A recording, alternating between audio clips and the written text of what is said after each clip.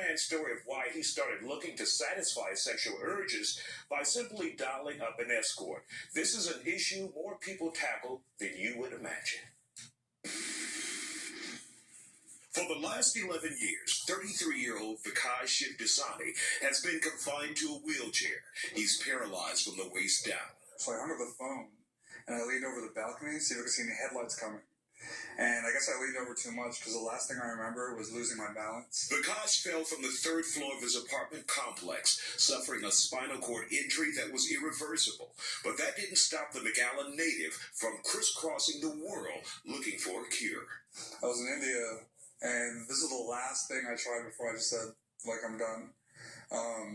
They did a buffalo treatment the first in the morning of the buffalo. And they would put it, I would lie down in bed and they would bring it to me, and I don't know, we had plastic stuff everywhere, and they would put it all over me. Nothing worked, so VIKASH decided to move on and embrace life. But that life took a hit when the woman he loved walked out on him. My girlfriend essentially broke up with me because of that. Her parents were like, there's no way you're going to, like, marry a dude in a wheelchair. And so I had things like that, like, a lot in the beginning. But keep in mind, being a young man still in his 20s, VIKASH had urges he wanted to satisfy. Urges that were difficult to satisfy since he was numb from the waist down and no girlfriend. It started with porn and being frustrated because I couldn't ejaculate, so I watched porn a lot. Then I spent time calling, like, phone sex places because, like, that gave me some relief because I would talk to some chick and, like, try to get her off. And that gave me some sort of release. Then eventually that didn't do anything for me anymore. After Viagra and even using a penis pump and a special chair, like, you can create like a humping motion, VIKASH took what he thought was the next logical step. He began hiring women to try and get him to that orgasm he's been chasing. There was a period where I did it probably like once a month for probably like a couple of years. First and the 15th, they get a paycheck every month. That's why it was a guaranteed money. Mimi has worked the streets of Houston for the last 10 years, providing extracurricular type services. Right now, she's no longer turning tricks, but still struggles with substance abuse. One of her specialties back in the day was servicing men like VIKASH who are disabled. She calls them guaranteed money because the men usually get a disability check.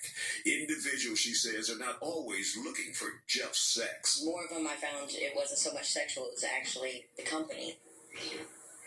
So they wanted company. They wanted company.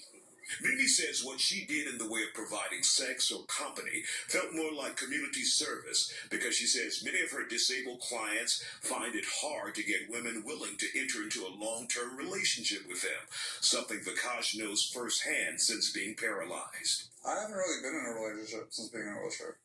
But VIKASH is in a very different place in his life now, getting involved in athletics and finding more friends who are also disabled.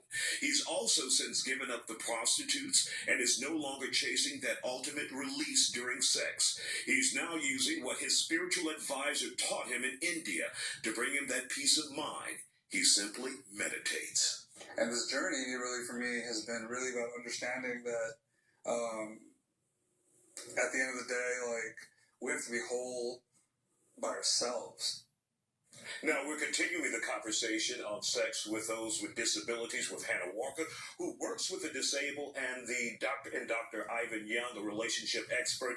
Now, Hannah, you had some really serious concerns on how we presented this to the public. You deal with these guys. You know what they go through at the West Grade Multi-Service Community Center, Multi-Service Center. So how difficult is it for them first getting over that hump and getting to the point where they're satisfied like VIKASH and playing team sports at the Multi-Service Center? Right, so I'm a recreation therapist, so I'm the facility manager at the Metropolitan Multi-Service Center. So we see these guys come in from being at home for 6-10 years, sitting there playing video games, not having any friends to talk to about, you know, their personal things, what they're going on with their family, with their wife or husband or whoever. So whenever we get them at the rec center and they start playing team sports, the camaraderie builds. And then they're comfortable sharing these problems and issues and what's going on with their other peers in the same situation. Dr. Ivan Young, is this anything unusual for those who may end up paralyzed or not able to use a portion of their body? Well, sex represents this much of a person. And here's the rest. But the truth is, when you're talking about validation systems and you're talking about a sense of belonging and having what we would consider to be a man's core identity is typically, especially at certain ages, connected to his libido. When that is diminished or impacted, like what happened with this man, it can take a guy from feeling like he's part of the world and feeling free and happy to feeling like he doesn't even exist. So having someone to still see him as a human being and make him feel fulfilled is definitely critical in the early stages of dealing with disability. Hannah, one of the things that you wanted to bring up was that many of these men, even though they may be paralyzed, they still can physically have sex, but... Right, they might not have the same feelings as they would previously. So it's all about the feelings. They can still satisfy a female if they want. They can still have a relationship. You can still have kids even. I've met plenty of athletes who have kids and families, and they date and go out, same thing, everything. It's just about awareness. Like, the community doesn't know that's available. So in a lot of these guys' situations, they first get injured. It's a scary thing. People don't know that they can still be sexually active. They don't know they can play sports and do all these things with families and kids. So that's part of this, why we need to create awareness. And for rec centers like the Metropolitan Multi-Service Center, they can come and get the peer vibe and the camaraderie and the team sports so they can be more comfortable in their environment. Dr. Young, for those who are pursuing sex and in some instances maybe they're not getting the enjoyment that they want, what should they do? Well, the first thing is you have to realize that sex doesn't define who you are, and it's an external solution to a bigger internal problem. The problem here is that wheelchair every day reminds this guy where he is. The other thing is people that were your friends that used to come by, used to hang out with you, in most cases, probably 75 to 80%, they're not there anymore. So this person at this point has to go into this spiritual journey and become introspective and self-actualized. All right, Dr. Young, Hannah Walker, we want to thank you guys for coming on. Keep up the good fight and helping those athletes out with team sports and building up their confidence.